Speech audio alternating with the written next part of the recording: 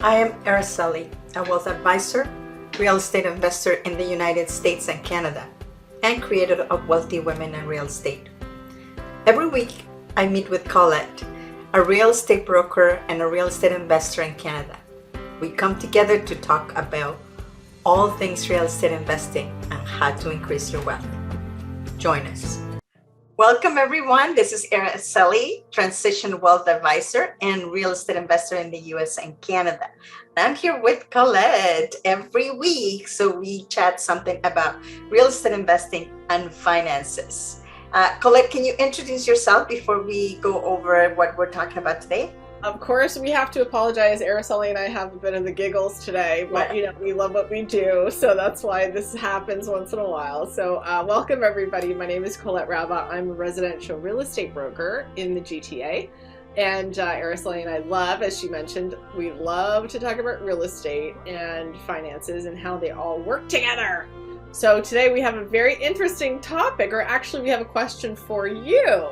Yes, right. So usually we answer your questions, but today we have a question for you. And the question is, would you sell your house at auction? This is something that is being talked about here in Canada. And I don't know about the US, but in Canada. So Colette, tell us about what you know. How did that come about and why? Sure, of course. So it's sort of been in the peripheral for a while now. I'm just opening up an email that I got last December, and it's from RECO, which is the Real Estate Council of Ontario. So I get newsletters and I get information sent to me because I'm a real estate agent, broker.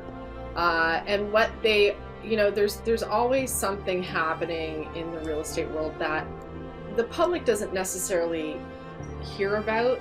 Sometimes we hear the news, there's a news article about it, but what they were talking about was to make the sale of a house more transparent.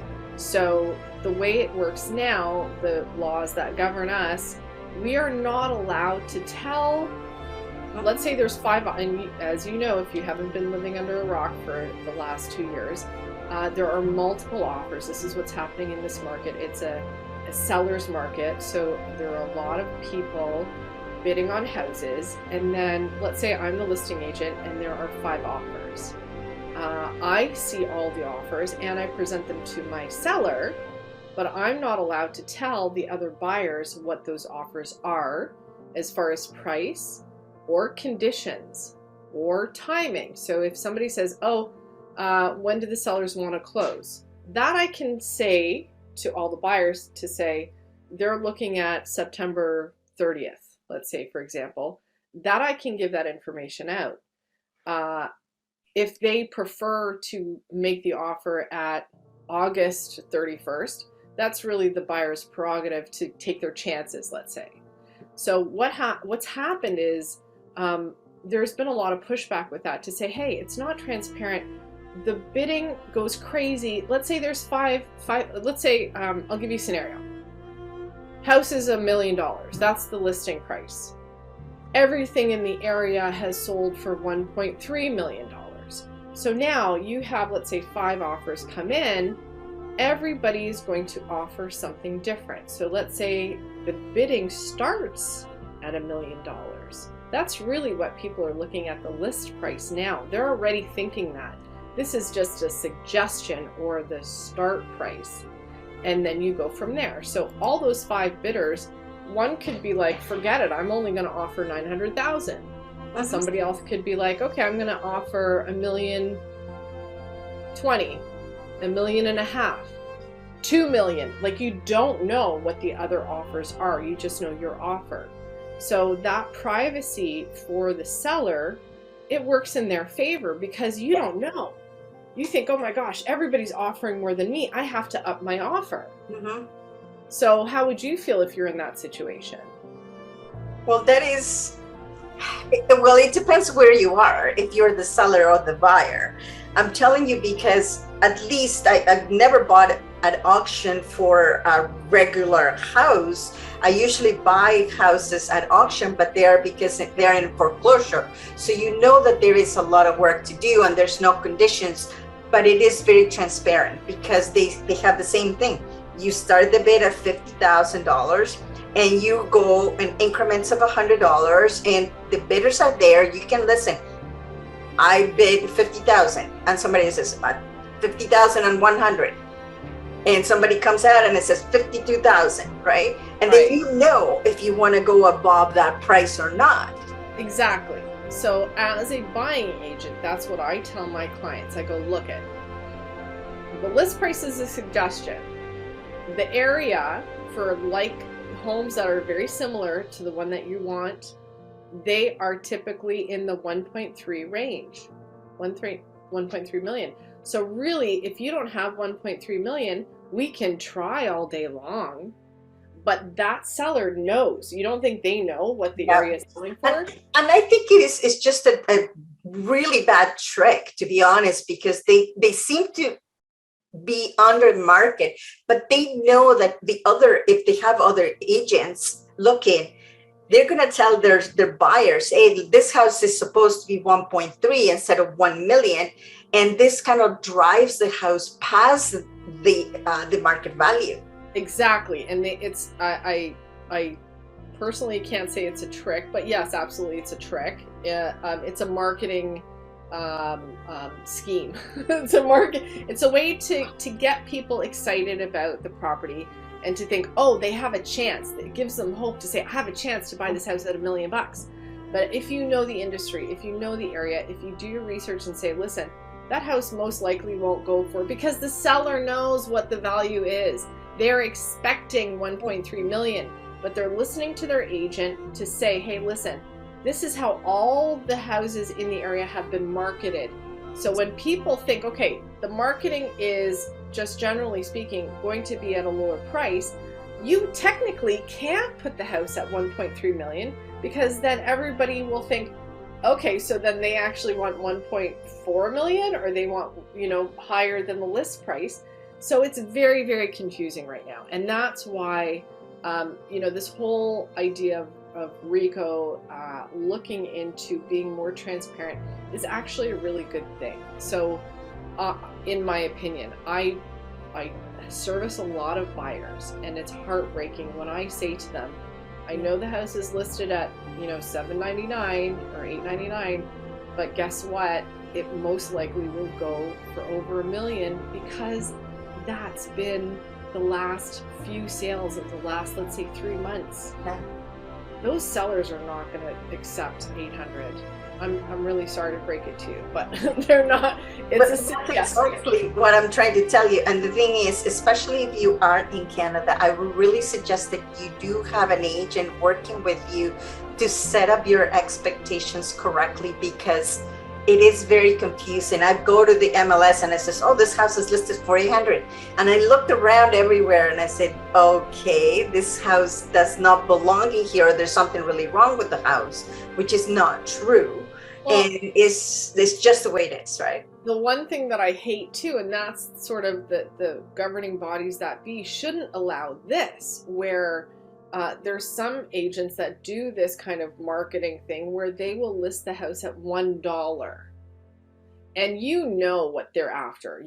Absolutely. Either they don't know what the list price should be, or they think, oh, I'm going to catch everybody and get multiple offers and have, prices from $5 to $5 million.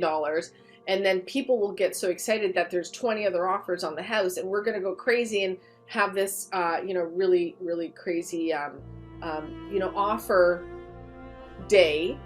And they use that to say, oh, I sold this house for $200,000 over asking. So you see those signs, you see those marketing things where those agents put like, oh, I sold over asking. Yeah, we get it. We all, the smoke and mirrors is kind of BS. Like, we're sick of it. We don't care if you sell. I think there's something wrong if you actually sell it for $200,000. Your list price is not accurate. And that's where I have a problem with the industry to say that should not be allowed. You should say, but again, it's a free country. We can do whatever we want. That's right. And the thing is whatever is working for the people that are looking for. Because just think of it this way. If you are just a first home buyer and the only thing that you qualify for, let's say it's 800,000. Yeah. Obviously, you're going to go to the MLS and look for anything that is 800,000. And if you look at this house and it says, oh my goodness, it's listed at 800,000. So you get your hopes up, and it is wrong in a way, but at the same time, I understand, because if it was actually listed for $1.3 million, you wouldn't even look at it. Right. But then, and that's the trick with real estate representatives. So we are representing the seller. Our goal is to get the seller the highest and best offers. Mm-hmm. And that means the way of the world and the way of the market in that time. So right now it happens to be a seller's market.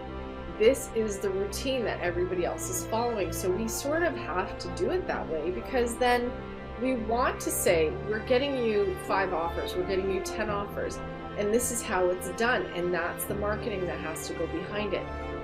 Other agents that know the area and they know what the expectations are, it's really, it's water off their backs. It's not a big deal. They understand it. We don't like it. It's more work for us to do, to like scramble around and say, how are we going to do it? But ultimately it's up to the buyer to say, this is the line. I'm not going to offer more than, I have $1 million. I qualify for $1 million. I'm not spending a penny over that. And if it sells for a penny over that, I have to be okay with it. So that's the hard part, where you're like, oh, shoot, do I offer $1 million and a penny? It's never that close. But you know what I mean? And it's also not just about the price, it's also conditions. So that's the thing I worry about auctions, to go back to auctions. What Ontario is doing, or what the government is trying to look at, is they're modeling Australia. So for years and years, as far as I know, I don't know too much about it, but Australia has been selling homes in that kind of space, in that auction space, where people literally go on the front lawn of the property after they've done their due diligence, after they've seen the house. It's probably on the market for a few weeks, that you can go through the house with an inspector. I would assume that. I don't know if that's the way it's going to work, but let's just say they do all their due diligence like a regular sale, but the date holding off offers is the auction date. And it is open, so everybody will know exactly who is everybody else is offering. Right. And this is the interesting thing too. When it comes to having a buying agent or a selling agent, this is why the government has to really look at how the process is going to happen, because we don't know. Right now, you can sell your house by auction right now, but you can't use a realtor. You have to go to an auction house. So really, when you think of marketing, where are people looking? Are they looking at MLS, or are they looking at auction houses to see what houses are available? I don't know that many people that are looking at auction houses that are really advertising houses for sale. I don't see that. I don't know about you. No, I don't see that much. Yeah, so it's that crossover where realtors may be able to get their auction license to also, post it on MLS, but also run the auction in a legal manner, that we need to learn how to do that, and then we'll be able to do it. So it's all a little fuzzy right now. They're not giving us too much information on how it's going to happen, but they're saying that it should come into effect September of this year. So it's coming. Yeah, and the thing is, they also what you want to look at as a buyer is that you really want to have a chance, because if the auction or the marketing has been inflated, like you said, really undervalued, so you can attract more people, but that they're not going to be offering the right price, so then that was going to level everybody, because then you only have 3 people actually bidding for the right price. Right. And if you see that people are not bidding more than, let's say, $10,000, let's say I'm going to give you $1 million and $10,000, and the other is going to offer maybe $20,000 more, right? And guess what else is going to happen? So right now, when you present an offer, you can put conditions in. You have condition on finance, you have condition on inspection, you have condition on lawyers looking at the deal. All these things may disappear, because when you're in auction, you probably have, I'm assuming you have to waive all of those things first. Well, when you do it on a foreclosure auction, you have no conditions. There's no conditions, right? Right. So that's why I don't understand yet how it would be different, because at some point or another, either you do the due diligence after your offer is being accepted and then you can get out of it, or you do it before you actually make the offer, and that's it. That's the offer. Right. So I have a feeling that's how it's going to happen, where people really have to be on the ball. They might have to pay for, let's say, 4 or 5 inspections before they actually win a bid. So it's a really, really tricky situation. I don't know if people, obviously, when it first comes into fruition, a lot of people will be against it, for sure. It's always the way, right? Until people get used to it and say, okay, now I've seen an auction, I'm familiar with the process, I trust the person that, you see regular auctions for artwork or whatever it is, and it's kind of like, oh, it's so exciting, and people get taken away. Like, they're like, oh my gosh, this is so exciting.